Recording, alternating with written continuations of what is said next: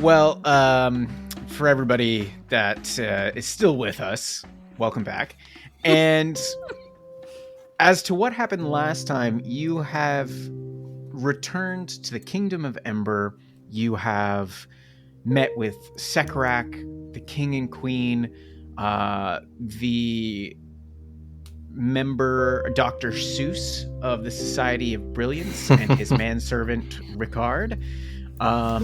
You have met with, very briefly, Sue and with Beatrice, and that was a mixed reunion. Scylla, you stand on the bridge.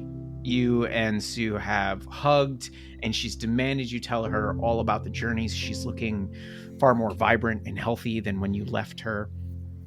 Beatrice has just stormed off with a small child in tow whose colorings of black and white are very reminiscent of Starcaller. And I imagine in this moment that perhaps you've all decided to kind of go your ways. There was a silent kind of nod. It was a really good moment right before you guys noticed Beatrice. Actually, I think it was afterwards, of King Boletaire and Sephel agreeing that that child would not want for anything. And where we had it left off was Sephel was going to return to Sekarak's tower, and with Stool and some of the other Myconids, and Scylla would remain in Coalfire Keep. Dr. Seuss was going to move back to the Serpent's Maw, and you guys were going to kind of convene for the night and then begin what I imagine would be perhaps a couple of days of simply organizing how these new plans were to begin. Unless there's anything else you guys want to do in your first night back within the city of Dimcare. I think we ticked all the boxes for night one anyway. I do think that maybe setting the scene for part of their research. Upon returning to Sekarak's tower, Sephel would start to share with him some of the spells that he had been working on thus far. Sort of meeting of the arcane academic minds to, like, I don't know, get some notes, get some feedback, get an extra set of eyes, and really refine those to a finish point. Scylla, I imagine, unless you and Sue decide to go elsewhere, that your room has been prepared within Coalfire Keep. Do you and Sue just kind of like run back to it and are like, bottle service, room service, we're chatting up the night, or are you guys going out on the town to kind of convene and chat? Like, describe to me what that kind of looked like. Yeah, I think them getting back together, they don't go out. It is hanging out in Scylla's room at Coalfire Keep, getting as much food and drink as they can from the keep, and just kind of like privately catching up, because to do so in public would perhaps like limit their ability to like really connect, and they would rather kind of share that moment together there. And I think Scylla I guess that would be it. Okay. I kind of do that, yeah. Sure. Do you think, because you guys had such a strong bond before you got here, and now it's been almost 2 months and so much has occurred, do you think that Sue would stay with you in Coalfire Keep, or do you think, or like, would Scylla allow her to leave? Because I know you were Scylla almost seemed almost possessive of her friend, of like, oh, for sure, no, I'm protecting you, you're with me. So I'm just curious, like, how that goes. Yeah, this would be very much like offering Sue to sleep in Scylla's bed, and if Sue was like, no, I have to go back, Scylla would automatically just be like, then I will join you. and Scylla would just like go with her. Okay. I think Scylla in this moment is kind of like, we're back together. Yeah, everything's back to normal. Yeah, everything's back to normal. We're like friends, hanging out, doing adventures again, clearly. Okay.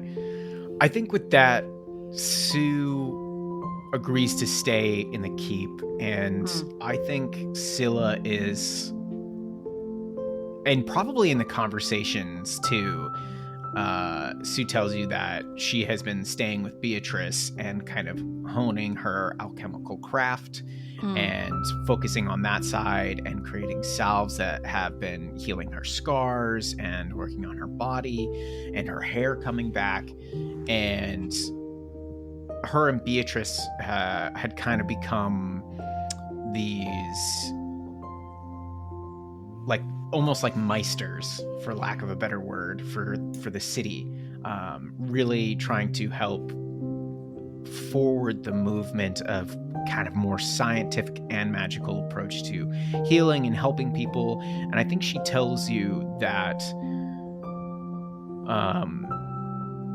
that the Scale Guard have been, under Sir Laertes, been conducting more and more rotations and scoutings out into the Underdark, and things have been getting far more dangerous, and quite a few of the clerics of the Temple of Bahamut and the Platinum Talon have lost their lives or are kind of been restricted to the Dusk Fort, where they tend to all the wounded that come back. And so what they've been doing is kind of tending to more of the Commonwealth and trying to make healing potions as much as possible. And Sue has continued to kind of like tinker, and she's still creating explosives, surprisingly, and like all these different things. But I think what it comes down to is, she goes, I think it's perhaps a bit too soon to be returning, especially if you want to come with me, Scylla, just due to Beatrice's pain right now. I'm sure you can understand that. I did not have I think she was about to say that she didn't have a hand in his death. And right when she was about to say it, she realized that she didn't truly believe that. And do you think this is the first time you've brought it up in all the conversations? You guys have probably been talking long into Yeah. It's probably like really late, and she's probably, this is probably the moment where they finally talk about the elephant in the room, which is Beatrice and Starcaller. I understand that her emotions are volatile. It is not something that I feel you do not believe she would want to see me then, because of my association with her departed lover. I think it's just perhaps a bit too soon. Her feelings are quite raw, and I think she's a bit preoccupied taking care of Kiara, and that is more than enough in its own right, enough work. I've helped here and there, but ever since she's arrived, I've been spending so much of my time kind of tending to both of our duties to the city. And I think she just perhaps needs a little bit of time alone. I see. Though I don't think she should be left alone for too long. But perhaps we go about it in doses, eh? You would like to dose her? No, not literally. I mean her encountering you and Sephel, perhaps. Just... yes. Yes. A schedule. Sure, something like that. I've missed this. I truly have. I've missed you as well. I was quite surprised to see the young Leonin. Kiara, you called them. Yes, that is their name. And they're not alien, but they certainly display quite a few features reminiscent of Starcaller. They seem to be outpacing the size of all other kobold children, and they've got a fantastical mane of thorny scales that makes it quite apparent who their sire was. And they're smart and fierce already. She was born not too long, perhaps a couple of weeks after you left, I think now. So we'd really only gotten into our routine before she arrived. It's been a journey ever since. Beatrice hopefully finds comfort in that she still has a piece of Artemis in Kiara. I would hope. I hope so too, and in time I think she will. I certainly will adhere to any schedule of providing comfort. However, I will say I am not sure what all whenever I think of what I would say, I am learning that it probably would be the opposite of comfort. And so perhaps what you should instead do is introduce Beatrice to someone who knew Artemis better than anyone. And Scylla will get up and walk to her bag and pull out Dawn's Edge. Oh. And I think Sue recognizes the haft, but she's kind of confused because I don't think she ever heard Dawn's Edge talk. And she's like, a weapon? Huh? Yes, I understand your confusion. Most blades do not speak. This one will speak telepathically, although she has been quiet as of late. Her and Starcaller had a connection in and outside of battle, was my understanding, and Dawn was in heavy grief at his passing. Perhaps she will speak with Beatrice. I kind of picture Sue, like you placing Dawn's Edge in Sue's open palms, and she kind of holds her delicately, and she goes, another one in mourning. I understand, yes. And perhaps you're right. Perhaps the two may speak about him more. I should say... Oh, sorry. No, well, she just kind of like... She almost like is looking at the haft of Dawn's Edge, and she goes, I'm very sorry for your friend. I know that probably brings you no comfort in this time, but I hope you will continue to serve or perhaps help those that he called friend too. And she kind of hands Dawn's Edge back to you. Yeah, I think Scylla will place Dawn's Edge nearby, but not sheath or anything. Axe, so never mind. Lean her against the bedside table or something. Yeah, something of power, I suppose. Yes, so perhaps I will bring Dawn to Beatrice in time, but yes, I enjoy all of the work that you have been put into the city, and I should like to get involved. Of course. I mean, I assume that with your meeting with the king and everything you've reported, it sounds like you have great plans, and I can't wait to see them come to fruition. I'm happy to be of service in any way I can, too. I've been thinking about your bombs. And there's probably like a... like they probably launch into like this discussion, it like fades to black of them like talking about explosions and like... Sure, yeah. How to get all that together. Okay. Mr. Umbernut, you return back to the Serpent's Maw. is it... I'm curious, you've probably been here for maybe a couple of short days. I'm really curious because we hardly know anything about him. What's his kind of like nightly routine, if he has one? Or what does he do before he heads in for the night? Absolutely. I think he will kind of like not quite belly up to the bar, but he'll spend a little bit of time in the tavern section.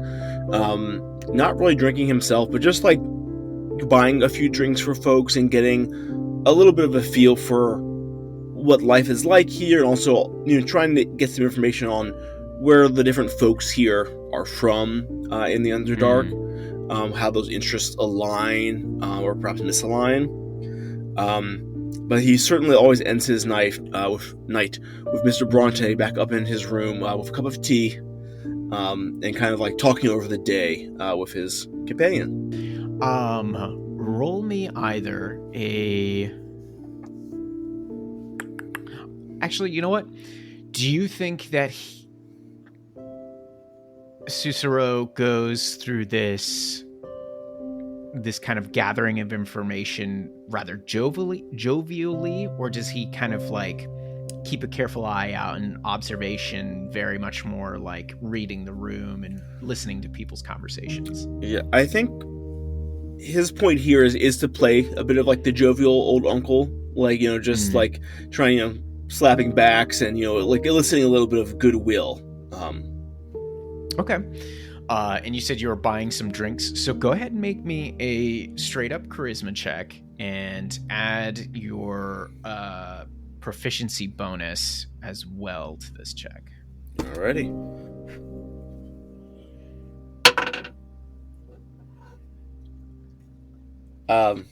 Sussaro's first roll is a natural 20. Nice. Okay. All right. So that's total 25. And for shits and gigs, I'll use an unyielding mind charge and bump that to a 30. Yo. Amazing. So the temperature of the city is that it's mixed at best. Everybody's fine with, some gray dwarves coming in, the goblins, like everything societally is coming up. However, there is far more tension as more and more people are kind of being called to arms. And you overhear that Sir Laertes is, while not forcibly, is often kind of like it's almost like there's propaganda and town criers popping up now and again of like, join the Scale Guard, like protect the city, there's no greater glory kind of a thing. And this is a very, like, the temperature you get from everybody is like, this is young. A lot of people came here as a means of escaping what is happening out in the Underdark from everywhere else. While a good amount of people, especially amongst like the younger generations, are like, you know what? This could be really good here. This is the first time I haven't had to fear for my life. I've got family here, or I lost my family and I've begun to make friends. I don't want to lose that. And so there's a lot of, debate amongst people as to, yeah, I'm going to join up. Screw it. Let's take it back. Let's make this better. The other thing that would stand out to you, especially with the 30 overall in your like couple of days of schmoozing with people and getting the layout here, is that this is probably one of the few cities that, except for a few exceptional people, magic in the arcane or, sorcerer's fashions is almost non-existent. And that's interesting to you, why that would be the particular case. Those that have come from outside with, to within the city have been trying to like share their knowledge, and some people are kind of getting it up. Those of the Temple and the Platinum Talon are very much revered because they are because of what they can do and how they seem to be touched by Bahamut. They're almost seen as like demigods within the city. But it's curious to you, I think, especially because of all your years and your studyings, especially observing kobolds and stuff like that, is that Urds, the winged kobolds that often show latent draconic energies and capabilities and have access to magic, there's almost none within this city. So it's curious to you why that is. And some people are very concerned because, you know, some people have witnessed these demons have the ability to mess with their minds or cast spells, and these people are like, well, what the fuck is a sword going to do against a fireball, you know?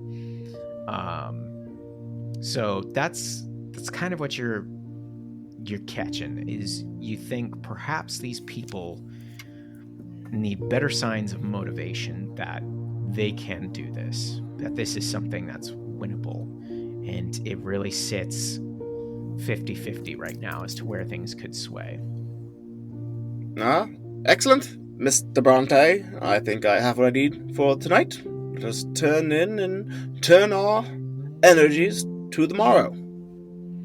Of course, sir. The usual cup of tea.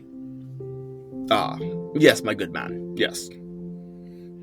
And we see Ricard goes over and he pulls out from like a leather old like doctor's bag that kind of keeps itself propped open. He pulls out this very fine tea set and he brews up some stuff for you and sets it down with you, and he kind of points at his own chair and he goes, "May I, sir?" But of course, Mr. Bronte. He sits down, crosses his legs, very daintily picks up his teacup, sips. So, what do you read of the city, sir? There's great potential here. The energy is palpable. The melding of the cultures of the Underdark here and the shelter they have received. This could be a very important piece of our design. However, we must tread carefully to give them right provocation, I should say, in order to motivate them towards the right end. We must be vigilant, Mr. Bronte. Of course, sir. Would you require of me to do any due diligence myself, sir? Takes another sip of his tea. A fine idea, Mr. Bronte. Yes, please. While I'm with either my books or scholarly discussions, if you would not mind taking a look about with your own keen eye. Of course, sir. And I think you both finish your tea. He is like... I imagine he is so thorough in his work. Like, when you guys came in, your bed was kind of done up in hotel fashion. And, like, as you turn to get ready for the night, it's, like, already drawn back. Your pillows are fluffed in just a way. And he goes, "If you should need anything, sir." And he puts a little bell on your bedside table and then retreats to a separate adjoining room. And Sephel, how long? I mean, you don't need the same kind of rest as everybody else. I think Sekrak would be the one to kind of call uncle, so to speak, in terms of letting him rest, especially with his wound and he's still healing. Sure. No, and I think Sephel is sympathetic to that as well. Like, he's certainly not inconsiderate of the situation, but he cannot hide his excitement for the first time being able to sort of brainstorm, in his memory anyway, the first time he's been able to brainstorm with another mage. Mm. And I think you get that same excitement from Sekarak, but he definitely is like, I must rest this evening, my dear friends. But tomorrow, bright and early, we'll get right to it. If you feel the need, though, to burn the night hours, please feel free to look into the collection. Some of these books you brought me many a year ago. I thank you. I will do some work. I have an itch to finish one of these at least. Do you have any metal plateware or similar dishes?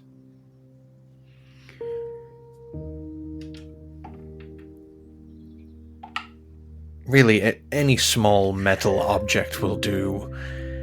Yes. No, and he like turns to look up the stairs and he doesn't move for a moment, but then a myconid comes down holding some like metal flatware and like old beaker tripods and stuff like that, and he goes, will this do? That will work perfectly. Not that I expect anything, but just to temper expectations. Are these important to you? No, I made sure they grabbed the ones that were to be melted down and perhaps remade, so have fun with them. Just careful. The collection's already been a bit damaged from I won't the break last... anything, don't worry.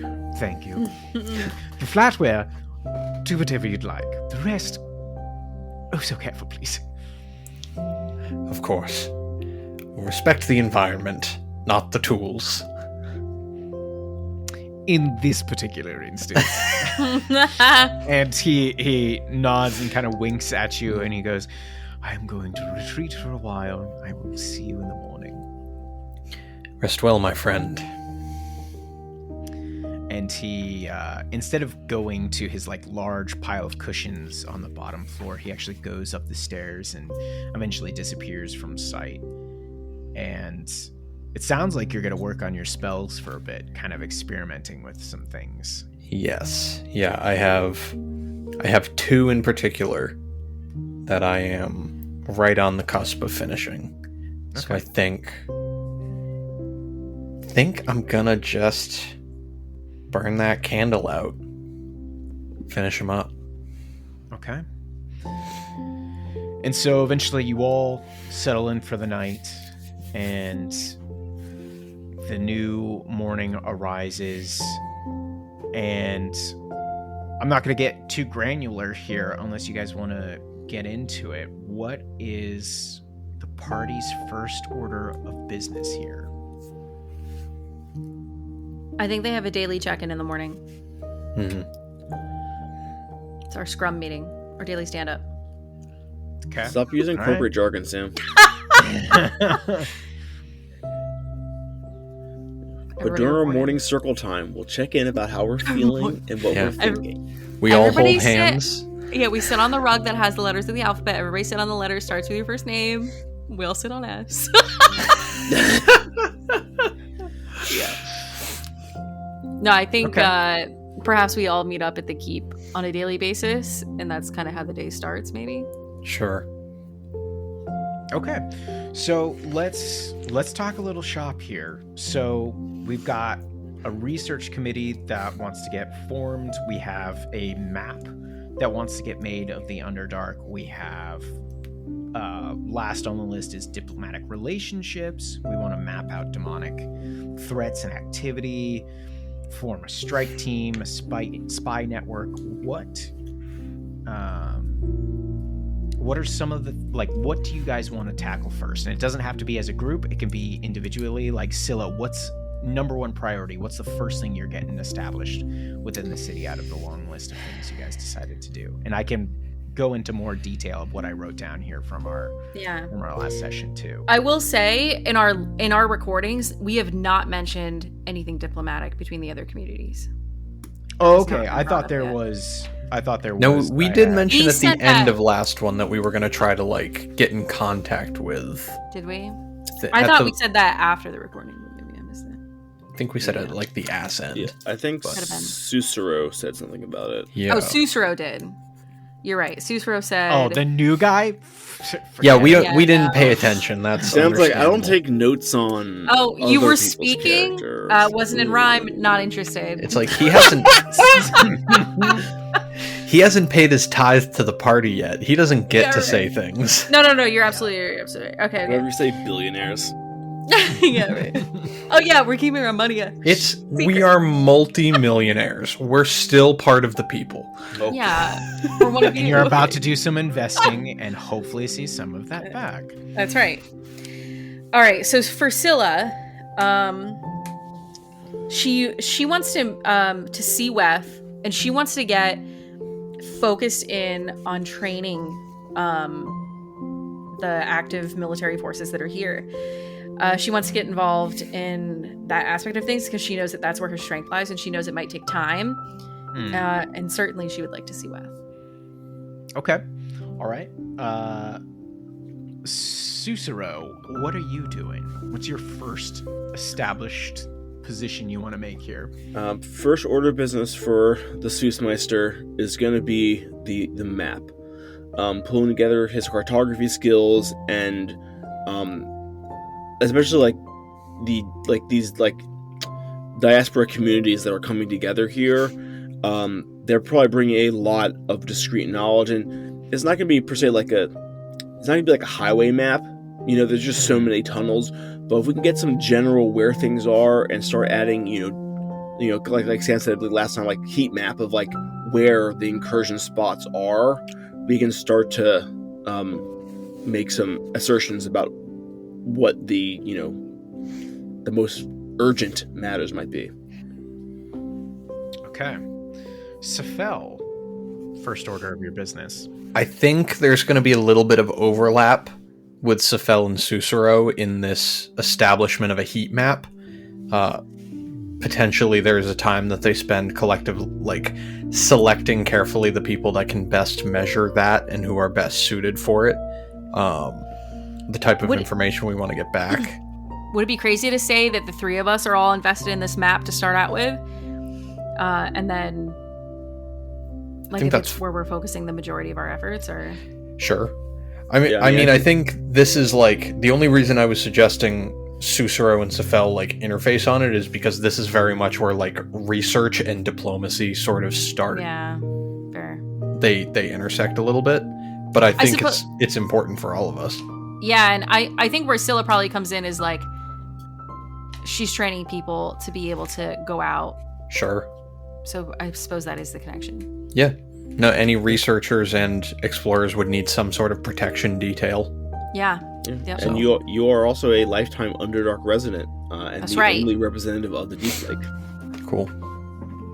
Count on me. Okay. Put me in, coach. Put me in, coach. Got it.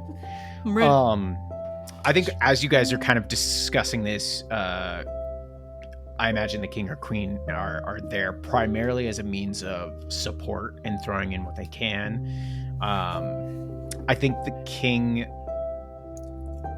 is definitely to you, Scylla, is of course we can absolutely begin training, additional training.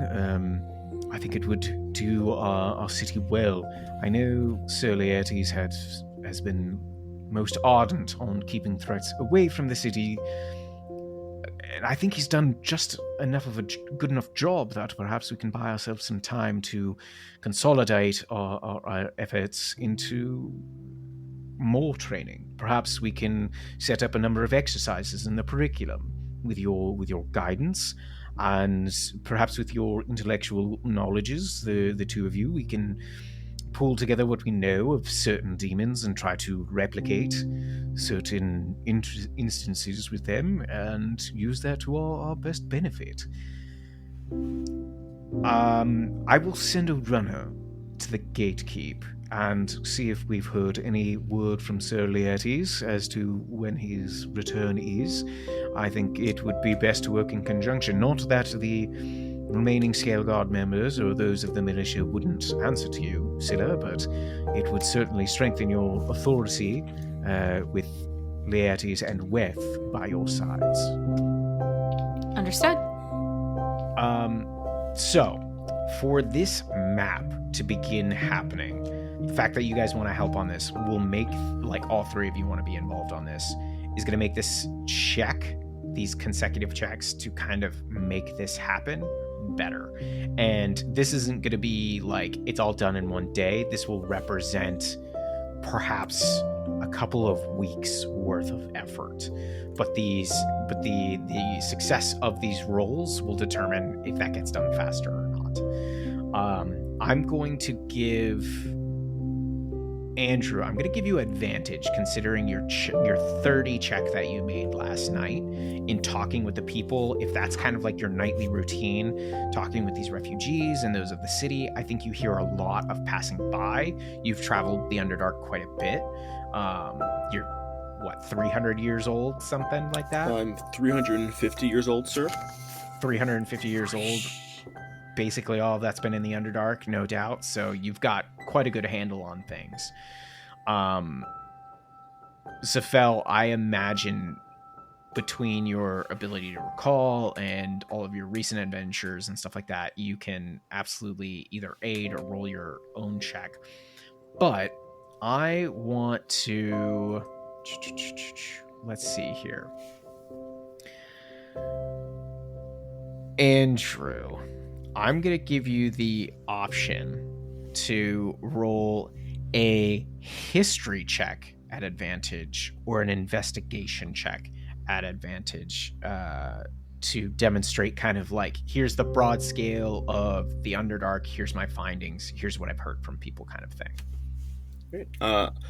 I actually have expertise in history, so I'm going to roll that one. Very nice. Alright, first roll flat is a 17, and the other one is a 13, so 17 plus 11 is 28, and it's a new day, unyielding mind, 33. Jesus Christ. All right. Wow. I made a monster. Mm-hmm. Back. Yeah, this is what Dr. Seuss does. Mm-hmm. He's all about books. All about them books. Have you seen the one about the fishes or the lore? Oh, yeah, this and is the good feet. shit, dog. I'm so glad to have more intelligence in the party. Let's have Sephel. I imagine between you and Sekarak, because I bet you would rope him into this, and the combination of spells you guys have to kind of maybe it's more in Sekarak's wheelhouse to kind of view the Underdark and to sense and perhaps pick up more on demonic activity. I want you to roll an Arcana check. Okay. Is this just flat Arcana? Mm-hmm. Okay.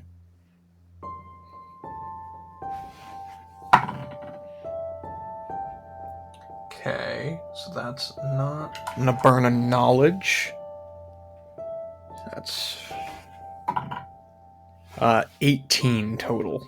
Not fantastic. Let's see if with Sekarak they do any better. Sekarak got a natural 19. So you guys hit a good high mark here for that. So I imagine it's kind of like Sussaro begins the fine detailing of the map, being like, here's where the different cities are. Here's kind of like the larger blobs of where things are. Here are the bigger regions, kind of a thing. Here are some of perhaps the main tunnels that quite a few people use or species use. Sam, I am... Run me through the skills you are proficient in. All of them. All the skills. You're a bard. Just kidding. I forgot that. I am proficient in acrobatics, athletics, insight, and investigation. However, one of the battle maneuvers I took is commanding presence. which lets me add a superiority die to a charisma check. Okay. All right. Interesting. You also have the ability now, the fighter ability, or it's the battle master one, where to like you can study a foe, right, and learn more about that. Know your enemy, yeah. Know your enemy. Yes. I'm gonna have you roll a straight up charisma check. Add your charisma and your proficiency bonus to it, please. All right. You want me to burn the maneuver? That's up to you. That's up to you. Okay, so it's an 11 plus my proficiency for 14. Okay. Plus an 8 for 22. Okay.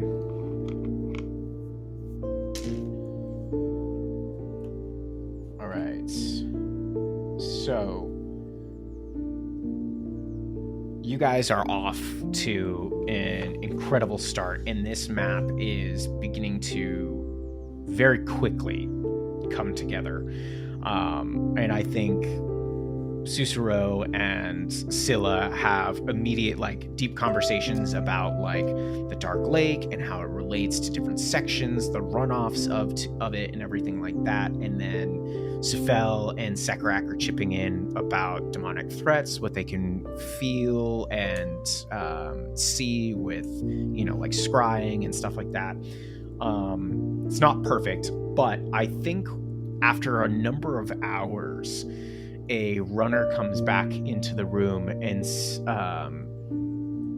kind of bows to everybody and goes, "My lord, Sir Laertes has arrived with the Scale Guard and a new friend in tow, I believe." And you all see Sir Laertes, like, in the background come marching in. You can hear, you know, the metal plates of his plate armor, half plate armor, as he moves into the room. And there's a much taller figure compared to him, kind of big and burly, moving in behind. But Sir Laertes comes in. You can see that some of his armor has, like, claw rends in it. He's covered in dirt, but he seems genuinely bright, like, happy for the moment. And this tall figure behind him is bare from the chest to kind of like high middle waist, where they have like this large belt and this kind of like kilt of leather and pelt rags, and then these tall wrapped boots, and then covering his shoulders and his head is this like animal pelt hood and mantle as well. But they have this big broad nose, this wide kind of grin. They've got a little bit of like mutton chops going on, and this long dirty blonde hair that kind of comes out from underneath the hood. And they've got bright green eyes. They are about 5 foot 10 or so inches tall, which I think is about what Scylla is, so like comparable size. But Sir Laertes quickly bows and goes, "Greetings, my king. Scylla, Sephel, a pleasure to see you both. Where's Artemis? Where's my dear friend? Is he hiding somewhere?" He's done this before, and he's just kind of looking around the room, and he's like, "Starcaller, come out! You owe me a drink, you scoundrel." I think Scylla opens her mouth to say something, and then she looks at Sephel. Sephel, like, meets her eyes like, "I told the last one. This one's on you, girl." Scylla will stand. "Sir Laertes, it is good to see you. It is unfortunate news that I have to provide to you today. Artemis Starcaller fell in battle. He did not get back up." This is a joke, yes? That's the most fucked up way to say it. Starcaller's fallen and he didn't get up. Actually, You he jest actually with did me. get back up, and then he went back down. Sorry.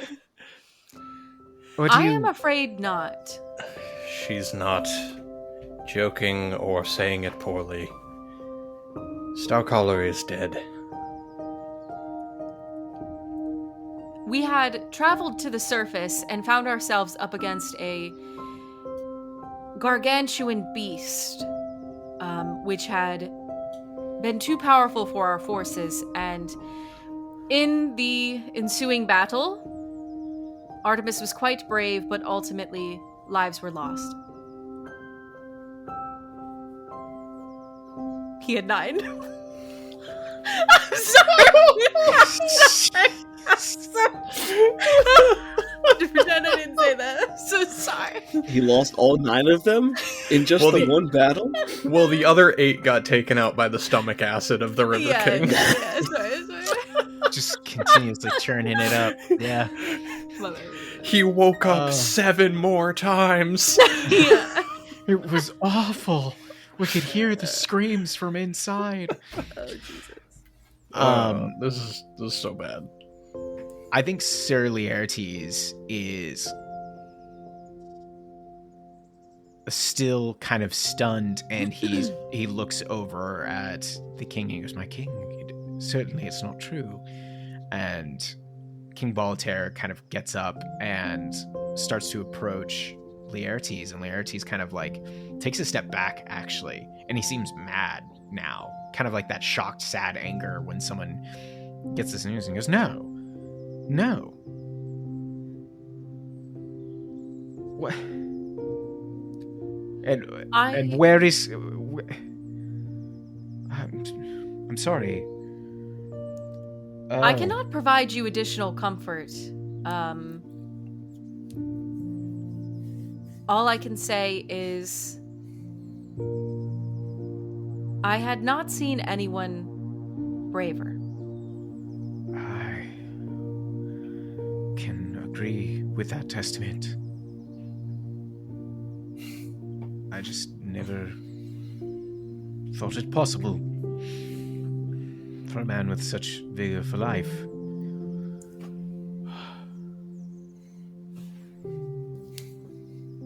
Excuse me, sir. Before I go, I'm sorry I'm being very disrespectful in this moment. This is Mr. Nobin, or Noban. We met him while traversing in the tunnels beyond. He is a fine fighter and a healer. Apologies, Noban. I've been dropped with horrible news, and I feel I must excuse myself, though my duties. Sir, and he looks back to King Boletaire and he goes, I forget myself in my station. I do sincerely apologize. Casualties, 10. Wounded, 13. All others reporting back in the group of 100. We met with significant forces of various types. However, the most concerning, and the one leaving the rending of my armor, was an undead force. One comprised of all manner of creatures and ancient warriors, but one in particular, a tall, armored skeleton carrying a maul of sorts, set upon us a handful of days back, and it was a bit of a losing battle. We managed to lose them in the tunnels before making our retreat here. I find ourselves severely outmaneuvered by them, and our capabilities, especially with Mr. Noban coming into the battle so swiftly, it just wasn't enough, sir. So I would like to take a few days leave of rest, considering the news, and to manage my men and perhaps send out a small scouting party to keep an eye on this undead force. I believe it's not something that should get any closer to the city, and I hoped not to have led them back here, sir. And he kind of bows and props himself back up, kind of ramrod straight, slaps his feet together very militaristically, and the king pats Laertes on the shoulder and goes, Well done. Well done, Laertes. I appreciate this news. And then walks forward, and he's looking up at this Noban character, and he holds out a hand, and you see this just massive, almost paw-like hand. And Noban seems very human, but he almost has animalistic features. And he kind of shakes the king's hand, but then gets down on one knee and he goes, "It is a pleasure, sir, to meet you. I've come to pledge my service, my deity. Well, I could say the pressure was on to come in this direction. I think I have found the place I've been looking for." And the king kind of ushers him up and goes, "Well, we have just been convening on important matters of mapping the Underdark so that we can hopefully better repel this demonic incursions. I hope you haven't been met with too much trouble." And he kind of goes into more pleasantries. And Sir Laertes comes up to both you, Scylla, and Sephel, and kind of aside goes, "I do wish to hear everything that occurred, just so that I might quiet my mind for letting such a good friend go out there on his own and not being there to support him." Of course, we will tell you the full tale when we can. And if you are so interested, there may be a chance for, I don't know if revenge is the right word, but justice in the near future.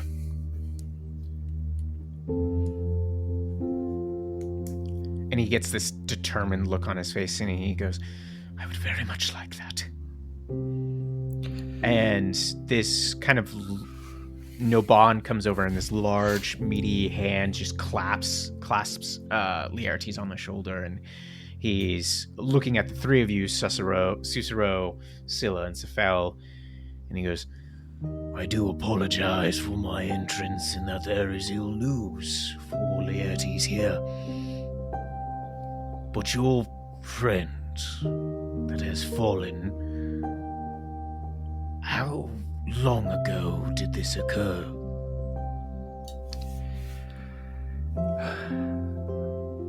Would be about a day. But but by the end of this day it will be 2. So, Yeah. But yeah, 1 full day otherwise. Like a day and a half, yeah. But it's more complicated by the fact that we could not retrieve the body.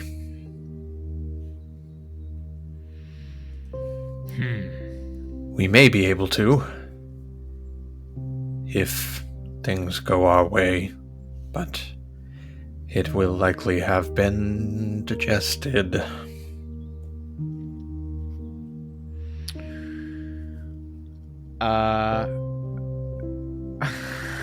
Poor Laertes is just like going through it right now. Yeah. You guys are not Yeah. good at this. No, we don't have a No. bedside manner.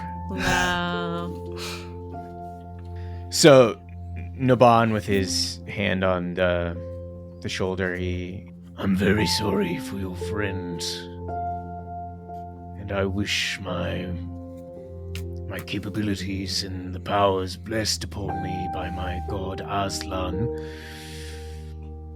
would allow me to help you and your friend." That's a fucking D&D canonical god. Look it up. Everybody looking at Will like, It's a Did my boy just rip off C.S. Lewis? nope. Nope. This It man came came out of out. a wardrobe. Somebody go in the hall and check.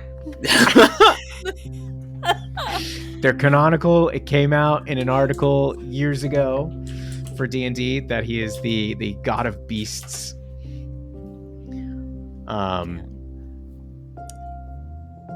But he Is a 3.5 deity. yes. Nice.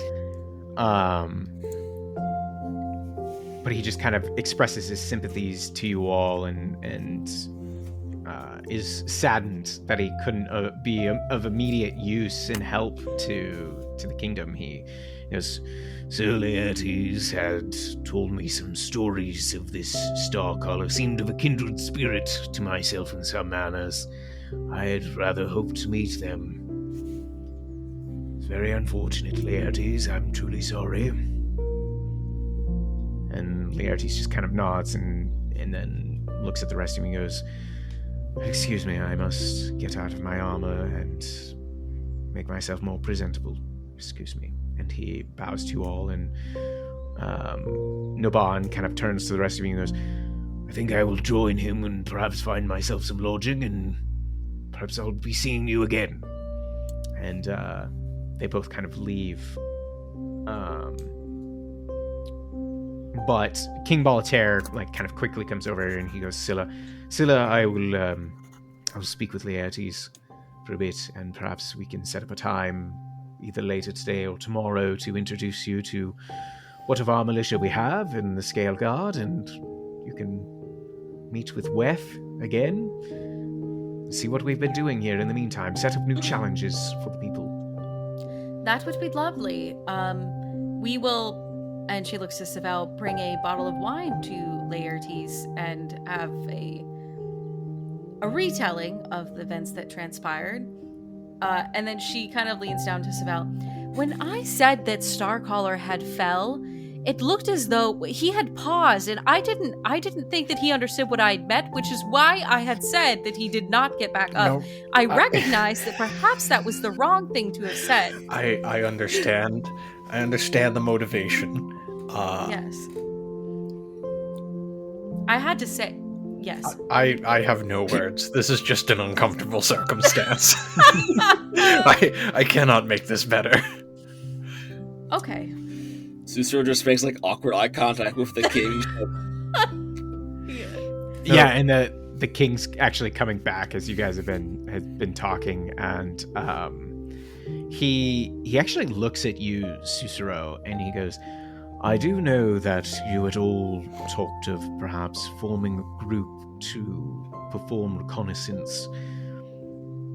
However, this matter of undead warriors and a force of some kind encountering the Scale Guard, it does bring to some concern, and while I'm certain it sounds like Laertes, once he has freshened and had some time to compose himself, Scylla, he will be more than happy to bring you to the Periculum and have the guard and everyone assembled for your meeting. But perhaps from amongst his finest recruits, the lot of you could take a few out into the field to teach them how to move in the Underdark as you would, and perhaps get an eye on these undead creatures. Does that No training like field training. I would have to precisely my agree. thoughts? We were sort of in the midst of an uncomfortable moment already, but throughout all of the mention and conversation of undead forces, does Sephel get Orcus vibes? I think that's... You would think, considering Orcus is here in the Underdark, it would definitely, send a shiver down your spine. Yeah. Of oh shit, is this him? But there's no way to know until you investigate it, Yeah. And, the king, in suggesting this, he even, offers to you all, it doesn't have to be you. I just think perhaps if you want this job done right, the best of leading by example, so to speak. And Mr. Umbernut, Dr. Seuss, I'm sorry, your title, I don't mean to...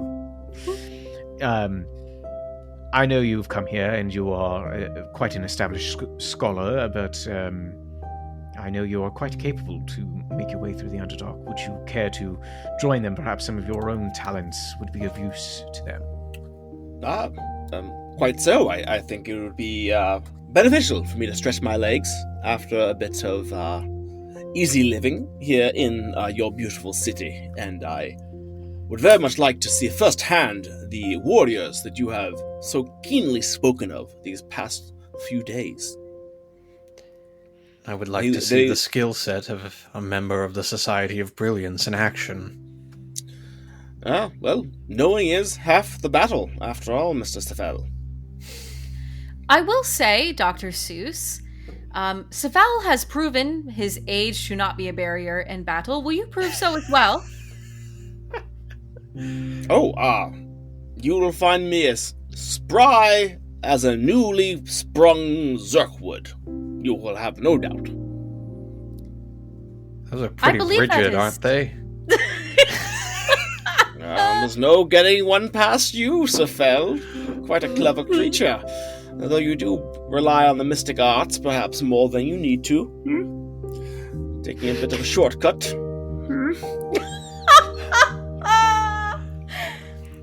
I do not... Sephel, do you... Scylla's confused. Sephel is just looking with intense ire. If eyes could say, "I will kill you in your sleep," that's what Sephel's dead eyes are conveying. And I think your eyes are chuckling. Dr. Seuss is chuckling, and you see just like Bronte slightly in the background staring like just dead cold eyes at you, Sephel, returning that kind of murderous gaze. And he steps forward and goes, "My lord is quite admissible in battle, and he always has my help as well." I see. I suppose anyone who had someone to assist them in battle would be more proficient. So this is lovely. It is nice to have you aboard. I am sure we'll be the best of friends. I do not know about that, but we shall see. And so the king kind of goes, "Well, wonderful. I'm glad to hear it. Perhaps we'll break for a spot of lunch, and then we'll go meet the troops, eh?" And that's where we'll leave it this week.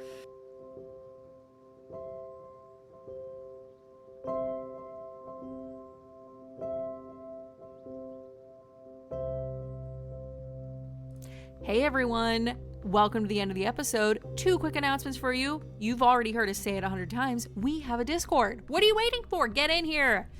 We have so many amazing like-minded DMs in there. A lot of players as well, people new to D&D. Some people have been in there a long time, and everyone's just having a nice time sharing tips, tricks, talking about one-shots, talking about Curse of Strahd, talking about Out of the Abyss, all the things. So definitely think about joining us. You can find the link to join our Discord at linktree.com/themadnesstable. You can also find our other social media links there, including our TikTok. And boy howdy, Andrew Walker has been killing it on TikTok, posting the most random mad memes you had ever seen. So definitely consider following us there as well. Lastly, if you've made it this far, consider leaving us a 5-star review in whatever podcatcher you're currently listening. 5-star reviews are instrumental in pushing us up the charts and getting us in new listeners, which is really what we're looking for to get the name out there. So consider doing that for us. We would be forever in your debt. But that's all for now.